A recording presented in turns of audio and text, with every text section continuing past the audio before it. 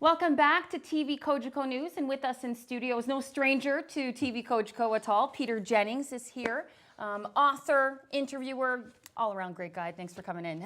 Hey Mel, my pleasure. Great to be here, as always. Now, we are going to talk about a new book that you have. Yes. And before we get into just the details of how you came up to the story and how it came about, talk about the story itself. Sure. For those that are watching, what is this new book of yours? The new book is Shark Assault, an amazing story of survival. And it is, if I may crow for just a little bit, it's published by Dundurn, which is Canada's largest independent publisher. Within a month of being out, it came out late November, they went for a reprint. It's flying off the shelves. Wow. Who are the people? Reader's Digest has contracted to do a 4,000-word excerpt in many languages around the world in July. Amazon.com put the book on their Boxing Week promo. And we've just been selected by an organization in the U.S. called the Midwest Book Review that makes recommendations to all the libraries in the U.S., and they've given us a fabulous rating and said, get this book in your library. So I'm thrilled. So anyway. This is definitely the book to get, to read. Apparently it really so. is. Apparently so. Okay. Anyway, Shark Assault, an amazing story of survival, is really two stories. The first being about Nicole Moore, a young nurse from Orangeville, Ontario, who was in Cancun, Mexico with a bunch of friends. And she was savagely and brutally attacked twice by a bull shark. As a result, she very nearly lost her life. She lost 60% of her blood, a condition none of us are supposed to be able to survive. She eventually had her left arm amputated. She had numerous very painful surgeries on her leg to try and keep it. They have kept it, but she lost a couple of hamstring muscles, and it was very gruesome. The second part of the story, and the one I'm getting all sorts of feedback from readers, which is great, the one that people are really responding to, is, Mel, I have been fortunate in my life and my career. I've met thousands of people, and some of them real top drawer candidates. Nicole's up there. I have never in my life met such an inspirational, happy, optimistic, content person. If you read the book, you'll find out in the earlier chapter, she had a lot of obstacles in her life early on that would have set most of us back. She overcame them. She then goes on, hey, I'm having a vacation, I'm waist deep in the water, and bang, this horrendous thing happens.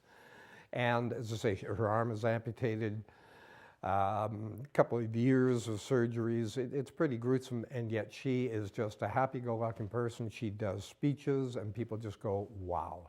It's not, so I guess it's not just a story about a gruesome shark attack. It's more about survival in all facets, really. That's it, exactly, yeah. And her message is very simple. It's one of the reasons I wanted to write the book was, you know, despite what happens to you, stuff happens to all of us in life, of course. Don't let it get you down. If I can get through this, you can get through this. Now, she thinks of herself as just kind of an average person. I think she's quite extraordinary, but...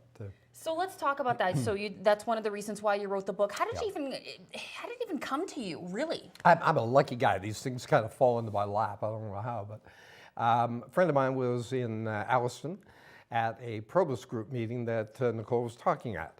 She was blown away by her presentation. She went up to her afterwards and said, Nicole, you've got to write a book about this.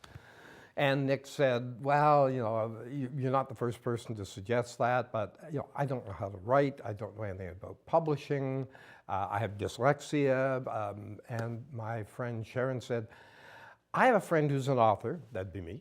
I think the two of you would really hit it off. Can I connect you? She did, and 3.5 years later, Shark Assault, an amazing story of survival, was the result. So it was that easy. I mean, you talk about the two parts of the story, the different facets, the different, I guess, levels in her life that you wrote about. Right. What kind of research does it take to get into this, and who did you have to interview, all that, in order to make this book? You know, I've had a number of writers ask me, how do you write a book like this? And my answer is always very simple. You are a reporter first. You are a journalist first before you're a writer. Okay. So I had to sit down and say, okay, I've got to cover this 5 ways to Sunday. Who was there? Who can give me this story? Obviously, I'll interview Nicole. I probably interviewed her 10, 12 times. But all of the people who had traveled with her, she was there with a group. The manager of the hotel, one of the guys who was on the jet ski, doctors, nurses. I talked to the three most the three shark experts in the world. Gave me great research and kind of recreated why this happened, because it's very rare. And so you do all that. You act as a reporter. You pull together all your information. Only then do you become a writer, and you start getting into your toolbox of writing craft and creativity and piecing it all together. So it was a couple of years to write, and really, really kind of fun. And by the way, I will just tell you, Mel, just having talked to these 3 shark experts, how rare this is. You are more likely to be struck by a bolt of lightning than you are to be attacked by a shark. Now, I don't know whether you've ever been struck by lightning or know anybody. I don't. And that's how rare it is. And as Nicole will tell you, if she was here, they've been keeping stats since about 1860. 95% of all shark attacks happen against men. So Nicole always looks at the audience and says, girls, I took one for the team. You're safe to go in the water.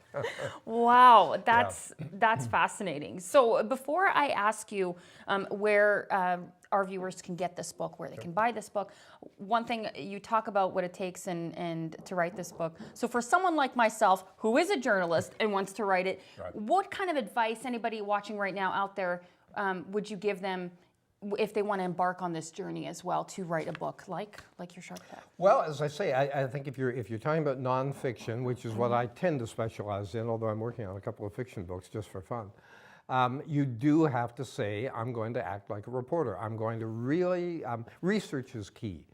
And that's something I love, and you and I have talked about that before in terms of the Be My Guest show that I do. You've got to really drill down and find out who can I get information from. And you'll interview somebody, you might end up using 1 sentence from them, or you might fill a chapter. You don't know, but you have to be prepared to do that kind of research. And I guess patience is another thing, right? Because it took you a couple years, you said, right? Well, yeah, and I had to be mindful, of course, of Nicole, in that I was going to be interviewing her 10 or 12 times. I'd ask her the story, and then I'd come back and say, okay, I want to look at it from another side now, the emotional side, and then the factual side. And I had to get her to keep repeating.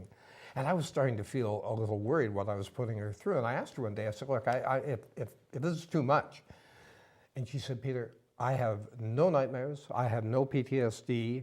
I've dealt with this. I've processed it. I'm good to go. Ask me anything you want, which made my life a little easier because I was kind of feeling the neck a bit, you know. So that's my advice. Yeah, you really have to commit to the research. You have to understand the story from all dimensions. You won't necessarily write about them all, but I really believe you have to understand it holistically. And then, as I say, you go into your writer's toolbox. For instance, there are 2 chapters that talk about the actual shark attack. In the first, I used very short clip sentences, bang, bang, bang, bang, bang. Whereas before, it's kind of normal flowing sentences. And that's really to give people a sense of what was going on in her mind, because that's the way she told me. It's just, oh my God, this is happening. Oh, I've got to get out of here. Oh, I'm bleeding. Oh, you know.